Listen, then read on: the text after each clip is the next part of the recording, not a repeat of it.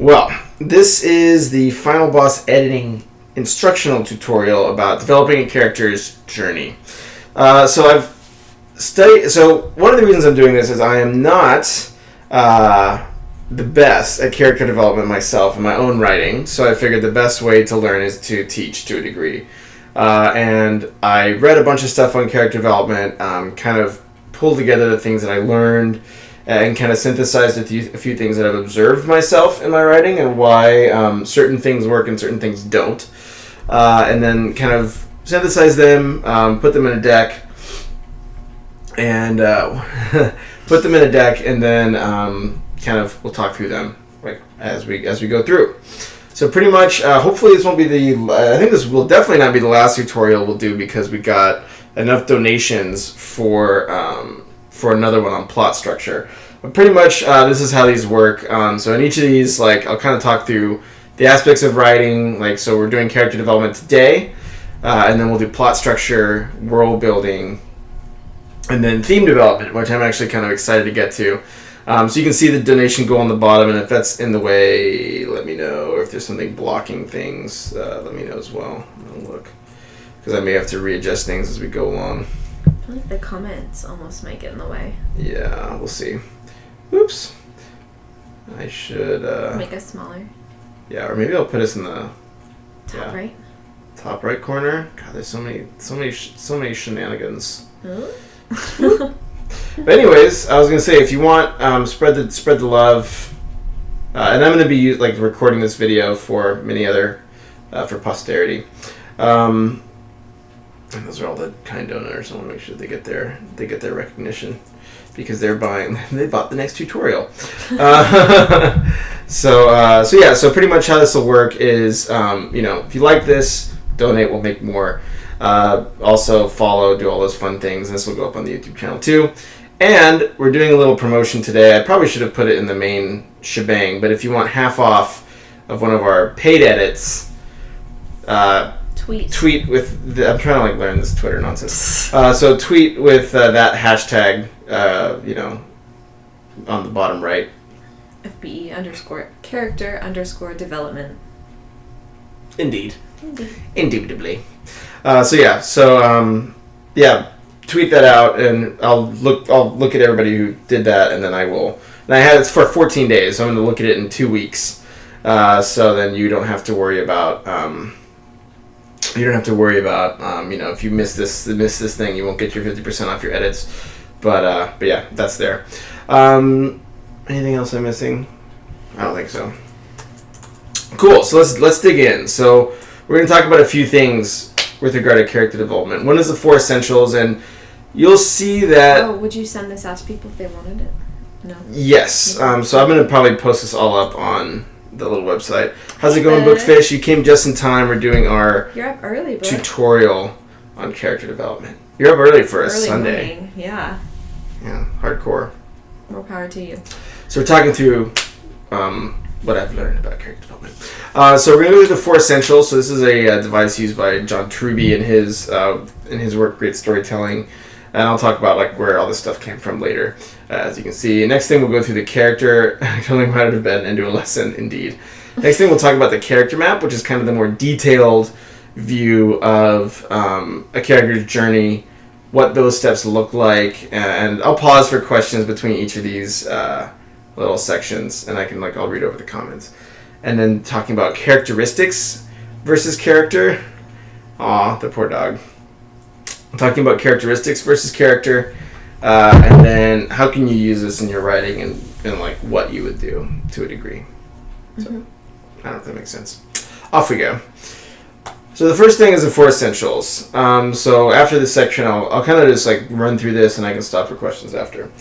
But you've heard me talking about this before in my reviews, which are the inciting incident, the goal, the hero's need, and the antagonist. And these are all very linked, as you can see here. So I'm going to talk about each of the pieces, and then kind of bring it all home, because I don't know if it's easy to kind of grok if you're thinking of it in terms of whatever interpretations you may have for these things. So I'm going to tell you what I think they are, and what they look like. So like the hero's need really comes down to, it's not necessarily, hey, I'm scared of heights, or I'm, it's not like a psychological need, like a neurosis, like, I don't like cats. Andrew like cats. Yeah, she's like rude. She's like, I'm just chilling. Yeah, but it's more like a moral need. Like, I prioritize I'm going to use this example a lot because it's the easiest. I prioritize my job over my relationships, or I only want, like, I'm willing to, to sacrifice the good of somebody else for, something I want to create or build. Like, those types of, really, like, those moral issues that people encounter. The next thing is the goal. So what is the external want of the story? Like, I want to win the prize, or I want to, get into college, or... Yeah, get the degree. Get the girl, or... Exactly. And then the antagonist, which is like who's opposing the hero, and the inciting incident. So what kicks off the hero's journey? And these, if you have these in general in your story, that's a good thing. Some stories don't, that I've read at least. But if you, oops, I'm kind of on the wrong tab here. But you really want to, before you even start on page 1, you really want to link all these. Make sure that your hero's need and your inciting incident tie together.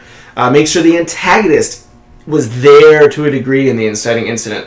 That's why mystery stories are such an eternal art form, right? Because the antagonist committed the crime usually, and so that's a very like natural tie into the 4 essentials. But the antagonist will also tie into those more abstract things like the hero's need. So saying, oh hey, this hero always prioritizes work over his family. What's the antagonist going to usually be in a context like that? Boss.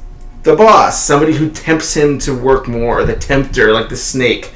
That's really like that archetype that you're tapping into when you're working on antagonist. And that's why writing out your 4 essentials and how each of these relate is key. You can ask Fox. She's working on a screenplay, and what was one of the first things I was like, you should definitely do this. The 4 essentials. And it makes a huge difference. It can really impact like the resonance of your final product. I'm going to move this little thing to... Alright.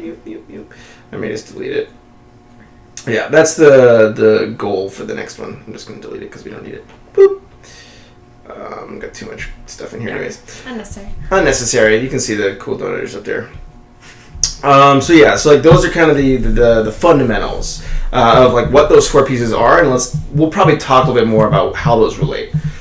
So the need is kind of, and they all interrelate. So like kind of these, mean each chain. But when you look at the hero's need, you want to see how it relates to the external goal.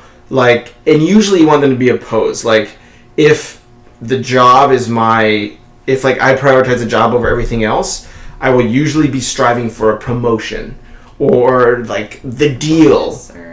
Or what was that movie with like Glenn Ross, like the sales movie where it's like the leads, those magical leads, like, and they all fight and become monsters over these leads. So it's like usually it's this thing that and sometimes it's not, and sometimes it's like winning the contest or like whatever, or it's something that will make them bring them on a journey that will make them learn, like Cool Runnings. They wanted to win the Olympics. That wasn't necessarily a bad external want, but the journey towards it challenged their lack of self-esteem in Cool Runnings. Yeah. They were like, we're the Jamaican bobsled team. Everybody thinks we're a joke.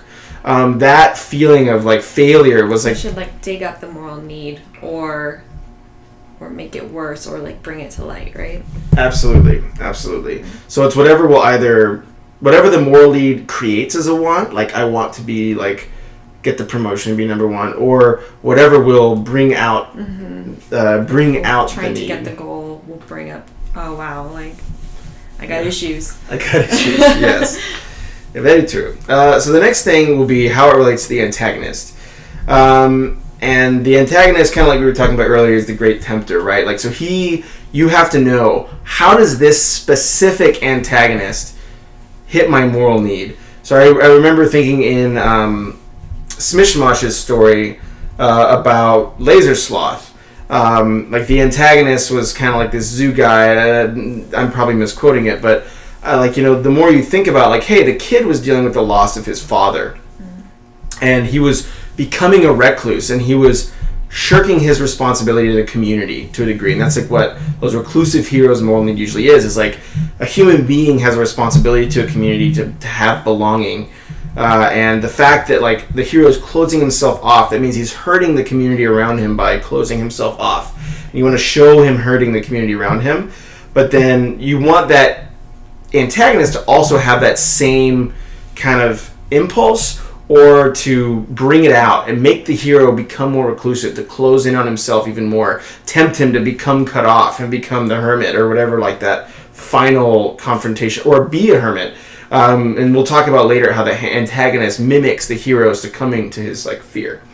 The next thing when you're thinking about the need is how does the inciting incident kick him on, one, the quest to the goal, but two, that's that first hint of the moral need. And there's a lot of, this is like a really like 100-foot view of like this, so there's a lot more you'll hear about this subject where, you know, you're talking about the ghost and what happened in the past, especially in horror films, where the inciting incident really ties into the need. Like, you know, like you go to the haunted house where there was this horrible murder where someone was striving for power. And then the hero goes through a similar journey where he goes to that house and, like, you know, The Shining, like the guy was exercising power over his son in an unhealthy way, right? Like being abusive. And it's like that history of the house matched that hero's history. And so he was vulnerable when the inciting incident came along, and then the Overlook Hotel became his demise, right? Mm-hmm. Yeah, I'll look at the comments in a few seconds, but I'll keep checking here. The next thing is the goal. So why does the antagonist block the hero from the goal? So like, and this is the external goal. So even though your antagonist is related to the hero's need, you still want to make sure they belong in the story, and they're going to try to stop your hero from the external goal, or else it's kind of weird and awkward that they're just like sitting there tempting them, but don't really have any stake in the game. So you want to make sure that they tie to the external goal. It's the other guy going for the promotion, or it's the boss block that doesn't like them, or wants them to do something in order to get the promotion. Like, make sure that his want ties into the external goal, and make sure that he is somehow involved with the inciting incident. Not always necessary. I mean, it really is, honestly, because it gives that resonance to the story. If he was there when the hero's journey kicked off, it only makes sense that he should be there when it ends. Yeah, I think that's actually pretty important. And then when you look at and then you want to make sure how the exciting incident creates that external goal if it's not there from the beginning. And this is really important, like, you know, make sure that, like, whatever that kickoff happens, it is super clear how it ties to the goal, or else it's going to feel kind of detached and random. Like in my story, the girl's dad gets murdered. Yeah. So her goal is then to find the killer. It's kind of like tied together. Exactly. And then that quest will take her on a journey to uncover her need, which is, like, you know, dealing with prejudice and stuff like that. Mm-hmm. It's very deep. Indeed. That's good. So I'm gonna, before I go into the character map, which is more advanced, so it's gonna be pretty intense. I'm gonna read over the comments because I see there's a few. Oh, thanks for the host, Bookfish. Yeah. Riddle me this, a coin, okay. How's everybody doing? Tell me there's been a lesson. Okay, avoid introducing characters on page 50. That's also true, Finalbot. Always interesting. Thank you for the host. Fawn Clown. Okay, and the riddle. Finalbot has been blowing up those riddles. Things from the clock. How do you call them in English? Hands. The hands on the clock. Yeah. Not sure what the question of the riddle is. Guess who my brothers are. The exciting incident. The exciting incident.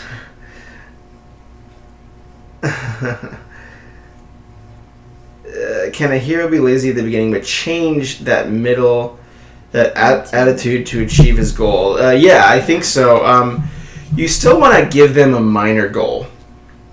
And it could be, and it's really tough with lazy heroes or bored heroes, because there's people care about something when people want something, where it's like, hey, if you're like, I want to get into pharmacy school, I care more about that if, you care more about that quest than you do if you're like, I just want to sit on my couch all day.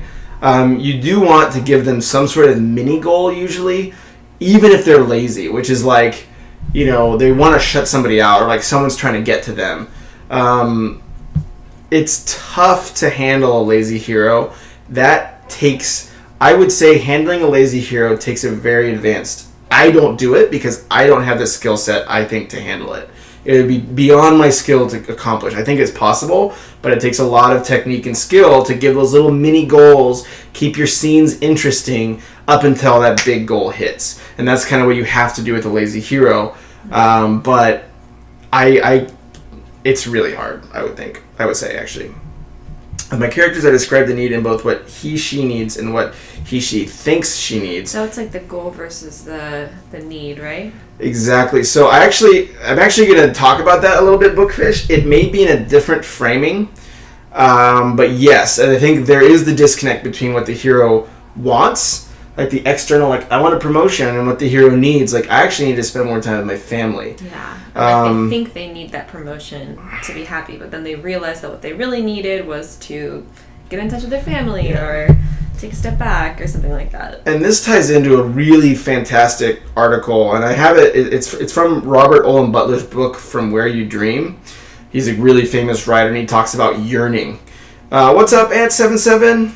Hello. So we're doing a writing tutorial. So you'll see what it's all about. Good call. Dr. House is a good reference. Yeah. But yeah, so I may not be super good on comments for the next few minutes because this is going to be a longer section. It's probably the more advanced section. So feel free. Put your glasses on. Ask me questions. This is rulers out. a lot of things to absorb. So yeah. Professor Doka. Professor indeed. But yeah, so this is the character map. So this kind of goes back to what Bookfish was talking about, where she's saying, hey, look, how do I think about this difference in what the hero thinks they need, what they actually want, and how do I bring it into like the really high level? So before we actually go into the map, there's a few themes about how to build out your character's kind of journey and how to think about it. So usually for me, I'm going to grab a glass of water. Want me to fill it? Oh, I think I still got some juice left. I'm going to get some for me. Get some for you? All right. I'll be back.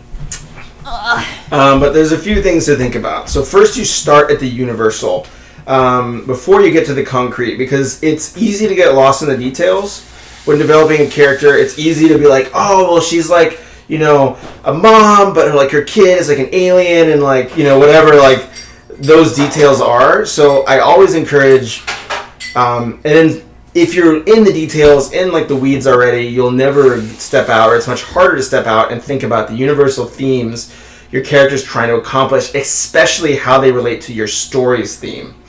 Let me know if the volume's too loud, by the way. I can't really tell. Thank you. Mm-hmm. I'm just going to have another sip. And then we can after this, we can do a real review and a little bit too.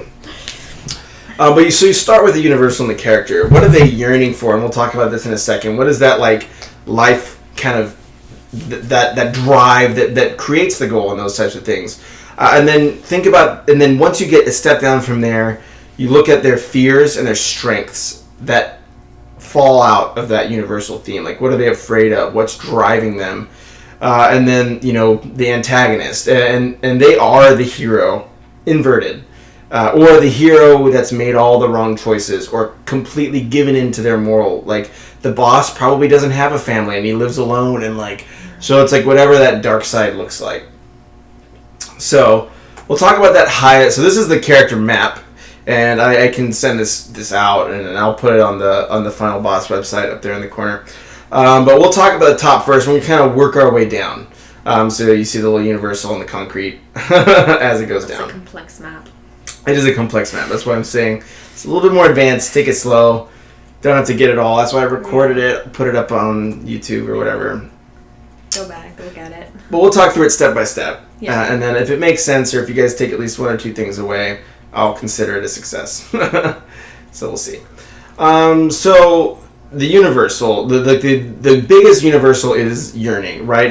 And these are those basic human desires where it's like meaning, belonging. Like I found somewhere I finally belong. I found people that accept me for who I am. I feel, I feel loved even despite my flaws. Like I have a sense of place. I need to this is my home. Those like impact or impact, like creating, building something. Those are those good universal human desires that drive humanity, right? Like you talk to anybody and they will probably have one of those things as something that drives them, right?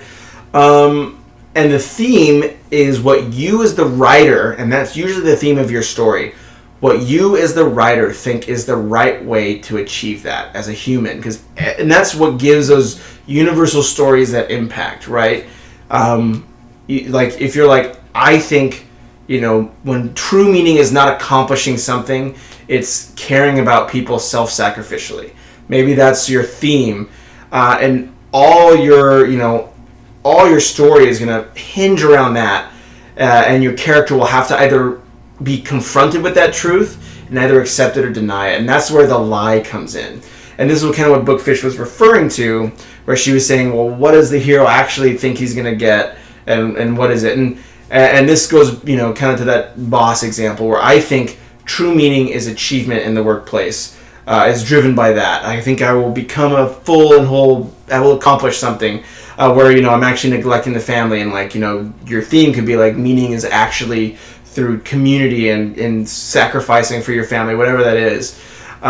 So these are kind of the big three, and I would say these are almost, and we'll talk about the other two a little bit further, but these are the big three, which is what's the basic human, usually best to choose one, even though real human beings deal with probably all of these at some point.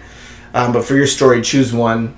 Meaning, love, belonging, place, creating, and then, break it out into saying, okay, what do I think the right way to achieve this is, and what is the lie about the world that the hero is believing right now or will believe?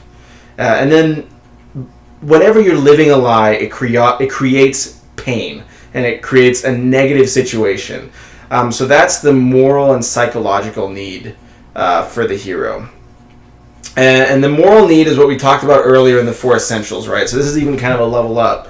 But the moral need is, how am I hurting others because I'm not fulfilling this need?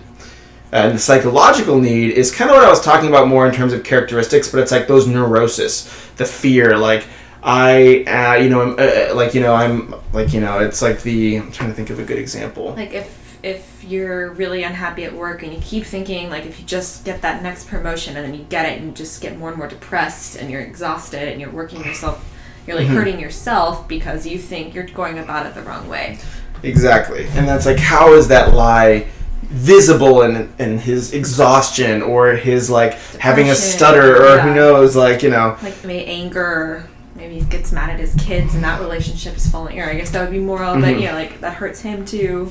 Yeah, and those are very linked, and that's absolutely couldn't thought of a better way to say it myself. So then that lie, and this is kind of a zoom in on what falls out of that. So the psychological and the moral needs, right? And I think they switched on this slide for some weird reason, but whatever. So the moral need creates the character's strengths to a degree. He's good at his job. And this is what's really interesting when you get into the nitty-gritty of the character journey, is usually the thing that that I sometimes use to hurt people is also a crutch.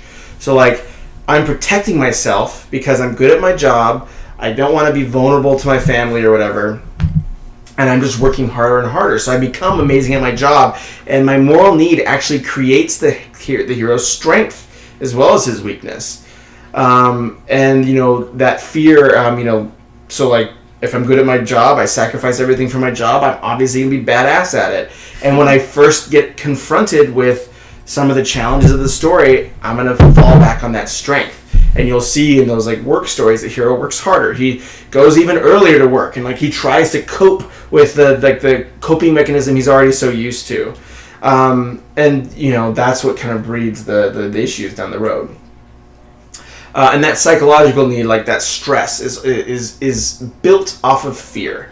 And that's like the loss of meaning or being unloved. And like that's kind of a really good framing of fear I heard from Lori Hutzler's lectures, where she's like, you know, every hero's deep fear is being unlovable. Like someone can look at them and say like, no, like you're not actually worth it. You know, or so like that's why he works, and that's why you get so stressed about work, and that's why it becomes a psychological need, is because you have to prove yourself, or you have to prove that you have meaning. So that fear in the hero of failing creates that flaw.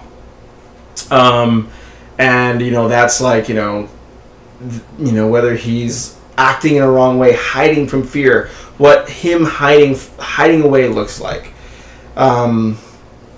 And you see his potential. So like maybe like in Liar, like he's great with Max, and he's like, you know, does like the claw, and like you see that hero's potential, but his fear of failing in his job and his fear of looking stupid takes away from that relationship. And that's when you see like the flaw really come to light.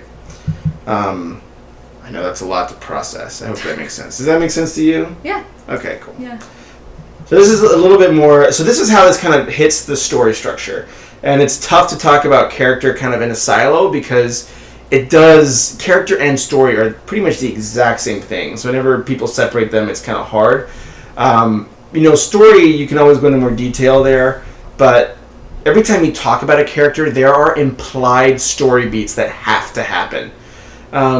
Whenever I talk about a flaw and resolving or failing to resolve a flaw, it gives you that structure of your story. That's why the 4 essentials have goals and things in them. So like when you look at these strengths and weaknesses, dripping down out of their like moral needs and their psychological needs, that's when it kind of hits the ground to a degree on the story level. So, and this is the more concrete piece. So like, you know, the weakness and bad understood. Yeah, and this I actually use the promotion example here. So it drives that weakness and that flaw drives the initial want. We already talked about the promotion, like that sin or that moral need, or even like what Fallen Clown was talking about, where he's like, oh, well, what if they're lazy? That's probably coming from a moral need, like I don't want to engage in the community because I'm afraid I won't get loved when I do. So that's gonna create that want of like, I just want people to leave me the hell alone. And then so the antagonist will probably have to be at direct odds with that. So that's the tricky thing about creating a story about a lazy hero, is like you have to have somebody like, no, get up, no, like pushing them against their laziness. So then that initial one is created by the need. So then as the inciting incident hits, the stakes get raised, it starts to change. And, you know, now not only, you know, like, because now the hero is not just striving against the weakness, but he starts to compromise morally more and more as he goes further in the story. So he's relying more on his strengths, which drip down from his, you know, moral need. Like, so he starts working harder, he starts investing more, he starts pulling later hours, and he's sacrificing more and more and more as he goes in the story. And then comes the crisis. And these are kind of those story beats you guys know already, and this happens usually around the midpoint. It's a little bit after in the story. So like, you know, the fun and games, you know, they're usually doing what they do best. They're, you know, working harder. They're, you know, putting the other guy down to stay on top. They're, you know, fighting a lot of battles and like, you know, taking over towns and having those little victories. But they're kind of these like, these victories come off as lies. Like more and more and more you see that they're compromising a true victory for these false victories more, and at least the crisis. Well, in that article that you sent me was saying that like the first half is when they're kind of reacting to the antagonist, and at the midpoint is when they have the change of heart, start to lean more towards that when they have that like what was it called, like the midpoint moment of truth. Yeah, the moment of truth. That's when they start to take action and the antagonist has to react to them. I liked that. I thought that was an interesting way of thinking about it. I think so as well, and that kind of goes to the temptation, right? And that's kind of that big, one of the first big moments as far as like the hero, and this can happen late. Certain stories, so the character journey can fall in different plot beats and in different portions of the story. So like, the raising the stakes can happen all the way up till 75% of your story, and then the great temptation happens. Or you can have kind of these, so this kind of happens in cycles all throughout the story. So it doesn't have to tie to a certain beat, but like you see the temptation a lot at the midpoint, kind of like what Fox was talking about, where you see the temptation a lot at that final all is lost moment, where they say, this is your final option. You work till 2 a.m. and you don't go to your kid's concert, and I will give you the promotion or you're fired tomorrow. That's the final it's like these kind of like these increasing choices that the hero is making against their moral want. And a lot of people will ask like, well, what do I do in Act 2? And like, this is it. And you just say, what is my hero's big flaw? Like, what are they struggling with? And then you just keep on finding ways to tempt them and bring them deeper in. So then you say, okay, and then the hero in the temptation is forced to make a choice. And this is a really important one, which is, I keep relying on my strength, and I succumb to my fear, and I join, quote-unquote, the dark side. And that's exactly what you see in those very structured movies like Star Wars, where, his fear of, like, not being able to have impact and being, like, just a farm boy. He's almost becomes Darth Vader in order to have... Because Darth Vader has a big impact in the galaxy. He almost has impact as a warrior, right? And we'll talk about this later because I'm going to give an example on using Star Wars. But then he chooses to, rely on his friends and take a leap of faith. And trust the Force or trust his friends. And, the Force seemed to work through Han Solo to a degree. Especially, or something like that. Yeah, or I know I'm going to lose the job, but I'm going to go spend time with my kid anyways and go to this concert. Like, realizing what's important. Like, getting, a glimpse of the real truth and not, what you've been pursuing. I forget what we called it. Yeah, the lie. Yeah. Not believing the lie. Yeah, exactly. To start to, have a hint of, the right way to achieve it. And you see the little arrow, what the character will learn. Yeah. And that's that transition that happens, the temptation. That's when that moment really comes. And then if it's a success, the hero does the correct want. They, pursue it. They fulfill their true yearning, so they no longer believe the lie. They fulfill their yearning. And you never even have to say your theme because it's so clear in the character's journey. You kind of, that's one of the things where whenever you have a story that kind of preaches a little bit and is well, don't forget to do your job. It's well, use these techniques and you'll never have to say it out loud. Because it's going to be so clear in the character's journey what the true theme of the story is, that they'll get it without you having to say it. And the character becomes fearless. So when they do their correct want, they are no longer controlled by fear. They find that they are lovable and they are wanted. So they kind of have this fulfillment of the yearning, and they become fearless. And they say, I can live without fear because I know I'm complete, or I'm living out what I want to be. Same with and then the dark side obviously is I continue to rely on my strength. I continue to compromise morally until I become the antagonist. I don't know if I'm getting ahead of myself. Yeah, I am. Shoot. Dang it. This lays it out a little bit for you. Lays it out a little bit more clearly. But yeah, and you see those things where the dark side is... The antagonist is the dark side. And that's something that that's why the Four Essentials is really important. Because you can start making... Even before you dive into this, you can start making those thematic connections. How is it tying to the moral need? How does the antagonist tie into the moral need? You'll ask that from the Four Essentials before you even get into this part, and then you'll have this answer for you already, right? And then the fulfillment. It doesn't necessarily mean attaining the goal, right? It doesn't mean that the hero got the promotion. Yeah. Yeah, it doesn't mean he got the promotion because maybe the want was a corrupt want from the beginning. Or maybe just like realizing that they need to work with their friends instead of like pushing people away. They still need to like accomplish. Maybe they're trying to like storm the castle. Maybe they like hit a wall, but now they know to work together, and they like now they can pursue that goal together. You know, right? Absolutely. Couldn't have said it better. And then it does when they do complete and become fearless as a hero, they are fulfilled. So they understand the lie, so they've grown in understanding, and they also have achieved their yearning. So they've actually found true meaning, either through friendship, like what you were saying, or any of that. Mm-hmm. So I'm going to do a fast example. Before I jump into the example, I'll read over comments because it's been a hot minute. And I know... I was trying to work with the lazy main character, yeah. Make sure my audio is still working. Yeah, it is good. I feel very challenged to work and start with the lazy main character. It's hard. Okay. And gets very bored at the end. Hateful. Okay. Yep, that is correct. Silence is. It will definitely. What is so delicate that a mere mention of its name will shatter it? Silence. Okay, I must be awake after all. I tweeted that hashtag. I'm such a sellout, Kappa. Yeah. Get wrecked. Jeff is so mean. How can he torture with just a few words on his shirt? Oh yeah. It says, "If I could be a unicorn, I would paint and write," which is fitting. That's actually true. I'm actually glad I wore this today. Yeah.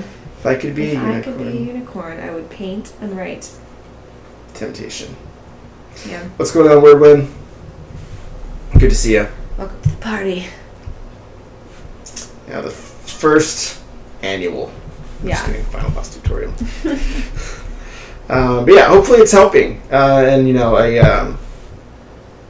yeah. But anyways, off we go. We'll continue down through the deck here. The Star Wars example. So how does this play out in Star Wars? So Luke's yearning is for meaning. And then when you see him, and this is New Hope because it's a very well-structured movie, I would encourage you guys to watch it a lot because it is like probably one of the best structured movies like in many moons. So yeah, his yearning is for meaning, and he thinks he's going to get it through war and fighting and becoming a great warrior. And you see him talk about that with C-3PO, and he's like, "All my friends are like pilots, and I'm sitting here, blah blah blah blah blah." With his Uncle Owen. Uncle Owen, and then you can go to the academy next year. Yeah. You just go to Natashi Station and pick up some power converters, whatever those are. He finds but the truth is, you know, he finds meaning through his friends, and he finds meaning through the community that he builds, and faith in the Force, right? So then he fears being meaningless. So that yearning creates this fear. So he's pushing himself to join the struggle, and then that's what drives him out of this apathy. So like, you know, he's a proactive main character, so he is a little bit apathetic in the beginning, where he's like, "I'm never getting out of here." Yeah. But then once the inciting incident happens, he becomes a very active protagonist. But he does fight it a little bit, like when Obi-Wan's like, "You must come with me to Alderaan. You must learn the ways of the Force." He's like, "I can't go now. Like, exactly. It's moisture season," or whatever he says. Yeah. But it's on the farm. But then when he sees he only kind of goes when his uncle and aunt are little crispy bones. Oh, rip Uncle Owen. Amperu. But yeah, that's like a hero's journey trope, which is the refusal of the call to action or the call to adventure. That's a little bit different. If we ever do a plot one of these, we'll next talk. One, right? Yeah, the next one is going to be about plot, and we'll talk about that exactly, which is the hero's journey. And you know, there's some good stuff by Chris Vogler about that, and there's some other really good plot structure stuff. But I digress. So yeah, he fears being meaningless, joins the struggle. And this is the really interesting thing when you get into later series, is he's very heavily tempted by the lie. Which, you know, Vader is ensnaring him. The Emperor is ensnaring him with power to save, power to to control the galaxy, to become a great warrior. And you see that stuff with Yoda in the cave, where like he brings his weapons with him. He's like, "I'm safe when I'm a warrior. I'm bringing my weapons in with me." And what does that show? It shows him becoming Darth Vader. Like that's why it's always worth it to rewatch. It shows his lie, like what exactly he believes. Yeah. I never thought about that. It's interesting. Yeah, it's like Lawrence Kasdan is one of the best guys at structure out there, and Lucas, when he was really on it, was really pretty good. But like that's that thing when he goes in the cave. It's kind of that framing of the lie, which is like I'm going to bring my weapons in. I'm going to be a warrior. But when you bring your weapons in and you don't let go, you become the antagonist. You become your father. And then he chooses to let go, and only then does he find communion with his friends. He goes to Bespin, and then he has to he's initially doing it with his friends, but he's living the life of the warrior. He's battling Darth Vader, and then he's hanging on to this little thing, and what does he do? He lets go, and his friends save him. And he went there alone. I think that's interesting, but then he ends up meeting them in the end.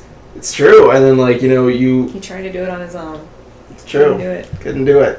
But that's why those moments are so resonant when he's like sitting in Cloud City, because it's hitting that truth about how humans work, right? And like he does let go, and he rather than becoming the warrior, and he actually physically lets go and falls, but it's that same framing. Would you say that is his midpoint as a character? That's because in episode 6 he's kind of, I feel like that's almost his whole third act right there, because he does go alone to Vader, but at that point he's going for like the right reasons. Yeah. Interesting. I've just never thought about it this way. And that's, it's probably super like duh. and that's what we were saying back here, whereas like this can happen in different stages. Like this isn't necessarily tied to the story beats exact beat for beat. So you can have those temptation moments happen in different phases, and even for your secondary characters.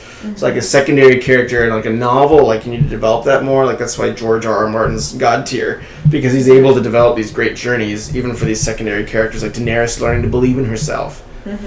Those types of things happen early on in the structure of his story, when she starts taking over these different things.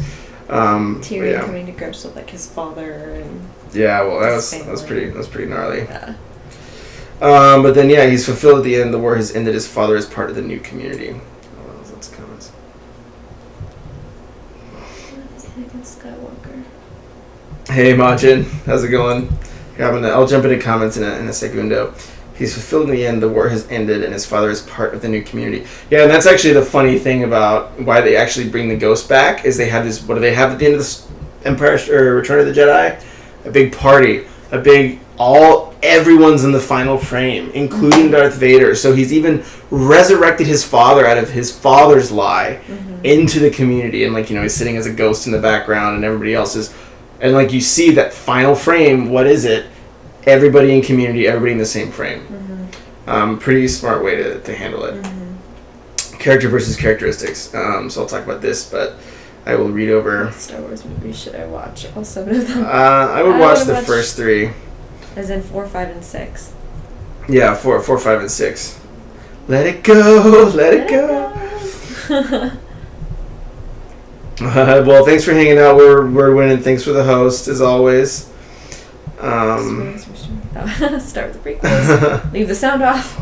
Actually, you can watch the prequels. Just watch. Somebody did an edit. I think it's called The Phantom Edit. They cut out all of Jar Jar. They did one for episode 2, and it actually made the love scenes a lot less awkward. They cut out a lot of bad dialogue, and they added in some of the deleted scenes that actually were okay. And it's okay. So I would watch that. Same thing. Nice. I actually should watch that myself. Yeah, Luke is the protagonist of episode 4 or 6. Yeah, it's interesting. I think, different strokes. Yeah. Not Jar Jar. Not Jar Jar. Yeah, no, the Phantom Edit, cut out everything that he says. It's amazing. And only secondary to the true antagonist, the Emperor. I think it's on YouTube. Look it up. Type that in. It changed my life. The Phantom Edit. Let me look it up. I got a few minutes. The next section is a little bit. It's not as intense as the big character journey. So, Phantom Edit YouTube. Video Dailymotion. Oh, they have 1 through 3 now. Wow. I think the 3rd one was being worked on. but I guess I'm gonna have to watch makes them watchable. Like, I swear. Well, I will type this in. Boom.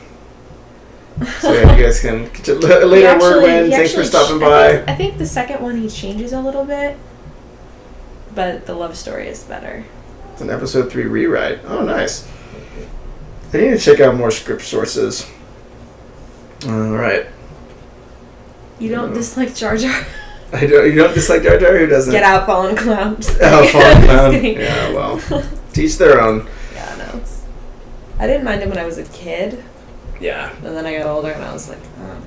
I mean, I think for me, my big beef with the original movies is the talent and craftsmanship, and that's why we can talk about how well it fits the character map, Star Wars. The talent and craftsmanship in those original 4, 5, and 6 was world class. I don't know if it was there for those original 3. I think there were some good concepts, and I think a lot of George Lucas's gifts, like his gift for whimsy and building episode 3 stuff, was a lot better. Yeah, that was definitely the best one.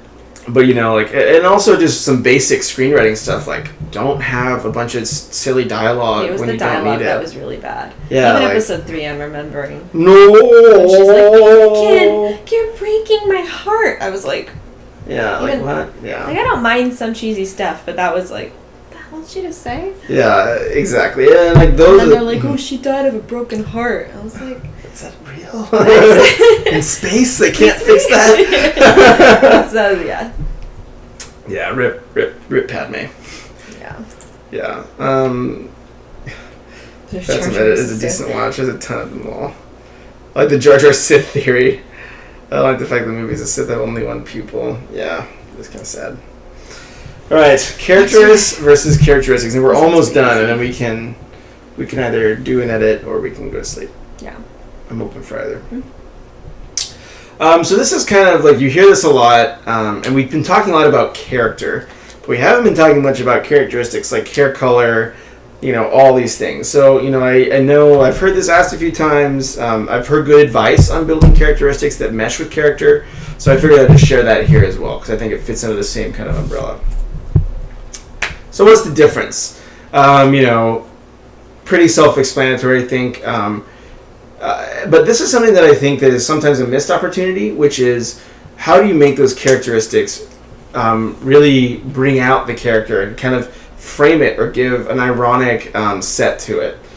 So, characteristics can be stuff like hair color, clothes, stutters, dialogue takes. Those are very useful, actually, in screenplays to differentiate how your characters talk. Some of it's just the mechanics of not letting your reader get confused by who is who, honestly. So that's what a lot of those characteristics do, but when they're used really well, they can really complement the character, which is motivation, moral flaws. It's motivated by revenge, looks out for herself, me over everyone else. That's the character flaws that really can shatter a hero to a degree.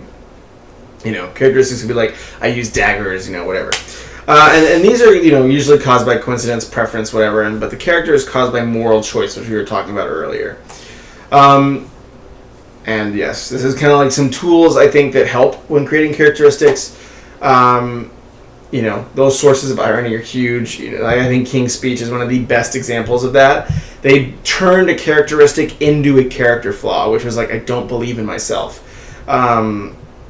Very, very smart move. But they used it. They did it a few ways. One is it was a source of irony. King gives speeches but can't really speak very well. But it also pointed to his theme, and it pointed to his flaw and his weakness.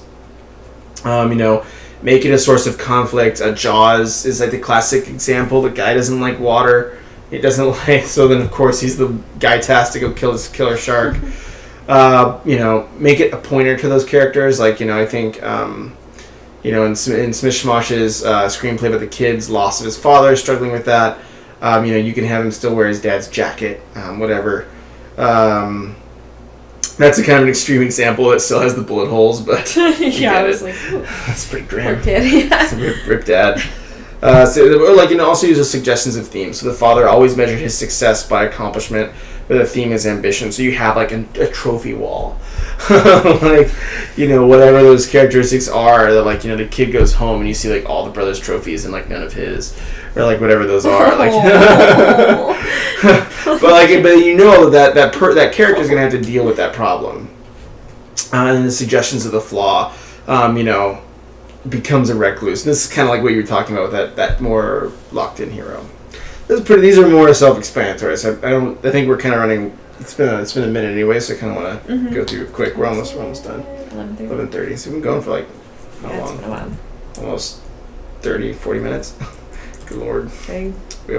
I thought this was gonna be like 20 minutes tops. So I'm gonna go fast. Yeah. So setting up those. So the character side is kind of what we already talked about. Use the moral choice to establish a moral choice. Use a moral choice to establish like their character. So show them early on making a moral choice. This is something that I point out all the time. Like when his mom was like, "You want to talk about dad?" and he's like, "No," shutting her out. Like those types of things. Show me what they're struggling with early, with like an early moral choice.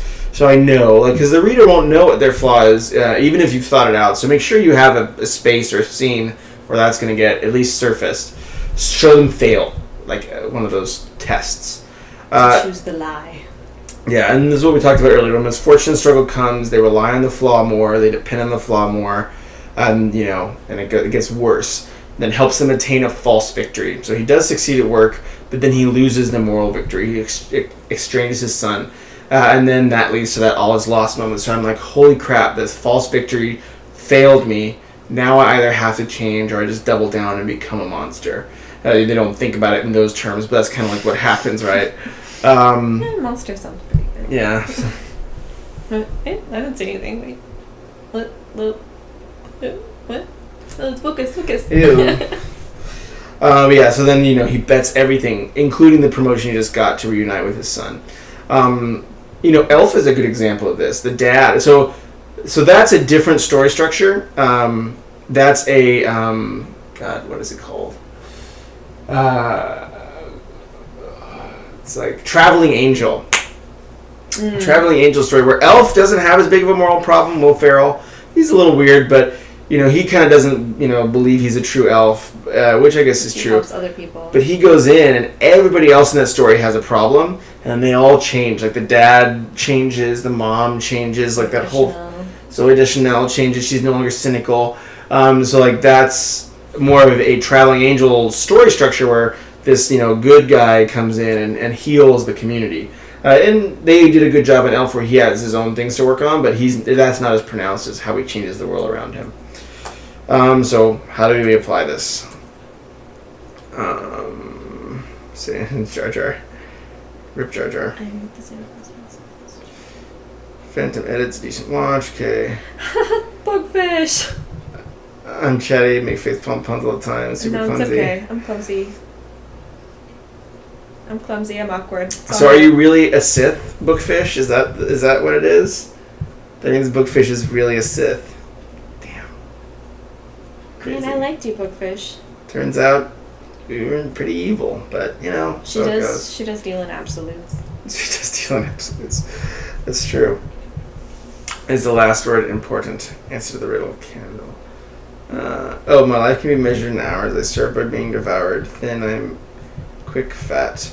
I am slow, wind is my foe. That's a candle. Yeah, I think that's correct. Bookfish the Sith. Alright, so we'll wrap this up here. Apply this to your work. Pretty straightforward. Start with the 4 essentials. Please try, if you can, to do this before you start writing your draft, before you go into your other structural pieces. The 4 essentials will really save you so much time and lend a resonance to your story that is really hard to get unless you've thought it through beforehand.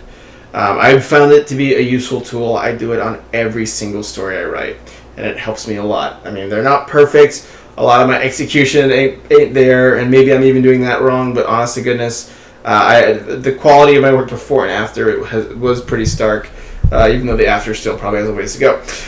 Think through the moral problem and think through their temptations. And whenever you have a slump in the second act, be like, well, what's the moral problem? What is the hero struggling with? What is their great temptation? What is their sin? Like, like, and those types of things will help. I liked how you said it, because I'm like just going through my story, and he was like, I don't know what to do in the second act. And he was like, well, like, figure out what the main flaw of your character is, and then make them like face something that will like really make them uncomfortable, like be really hard for them to do because of that flaw. And I was like, oh, it's a good way of thinking about it. Yeah, it just helps you narrow down a lot of stuff, which is tough. The second act is brutal. Printed a character map, yeah. So what I would do is, I'll post this character map and all this stuff on finalboss.com up in the corner. So print it out if it'll help. If you think it'll help, I would just write down each of those stages for your hero. There's something good and healthy about just writing things out. And whenever you go in a draft, all your outlining, you don't have to stick to it. Sometimes in the moment you'll think of that great idea, change gears and chase it down. But I would say, even if you're planning on just YOLOing after that, I would still say it's always good to write it down before, because you will think, your brain will at least be in that space for a while, which is really good when you get to the page. And then fill out those characteristics. And you can do this during the draft or after, but those ironic opportunities can be really powerful. The King's Speech example is so good that I have to almost repeat it, like a king who is supposed to lead a country but he can't talk. So really well done. And then make sure that it complements that moral struggle. So kind of tie those characteristics into who your character is, what they're struggling with, always carrying a bag because they're carrying baggage, like stuff like that, are those little symbols that can, bring you through the story. So, in the novel I'm working on, he always has his computer bag, and that's that baggage he's carrying around. He can't let it go. It's his, it's his background. Those things are really helpful in terms of giving that extra layer in your draft. So where did all this come from? These are great resources. Lori Hustler has a bunch of lectures. Save the Cat. I'll always ring that bell. It's a great introduction to story structure if you're not really super familiar with it. John Truby's great storytelling is fantastic. Both the lectures and the book. And then From Where You Dream by Robert Owen Butler has some really great essays. I wrote my essay in San Diego. I won't turn in my essay. I will never turn in my essays, man. I don't care. But he has some really good... I am no snitch. Really good stuff. And that's it. Yay! Well, that was the very first of the tutorial. We actually already received enough donations for the second one. So the second one we'll go through. The third one, if you guys want, I think the second one's going to be about plot structure, which will probably be more intense. And here's a good article in King's Speech. Awesome! Yeah, such a well done story. I will definitely read that. The second one on story structure, we already have enough donations to make that. The third one will be on world building for all you sci-fi and whatever is fiction, fantasy out there. So if that sounds interesting to you, throw it in. We will make it rain. We will make it rain. And then feel free to donate. And then that's pretty much the show. Then after that, I think we'll talk about themes. So then if we do enough for that, the next one will be on theme, which ties into character and plot a lot. But Aristotle's Poetics has a really good, I should have put that in here too, but they have a really good thing about the ranking of what's important in the story, which is the plot, character, theme, world, that kind of ranking. So we'll probably just go down that pretty much because Aristotle knows his stuff and he got it right. That's true. Anyways, y'all, that's the show for tonight. Yay. We're Rip Final Boss. Rip. Excuse me. Thanks for hanging out. I hope this was helpful. I'll look over the comments one last time before I bounce. Once you finish the first draft, it's easy to go back and create setups and payoffs. Yeah. And not to overthink it in the outline unless you're doing a full treatment. Oh, that movie King's Speech, so good. Yes. GG. Yes. But I hope that was helpful. It actually helps me a lot because it reminds me of the basics. Best way to learn is to teach. But anyways, guys, I hope this was a fun little Saturday night Woo! nerd I had fun. nerd time. And take it easy, y'all. And I will find someone to host in a little bit. So if you stick around, you'll see somebody else pop on in a few minutes. So if anybody's streaming, let me know. But take it easy, y'all. Have a good night. Final Boss out.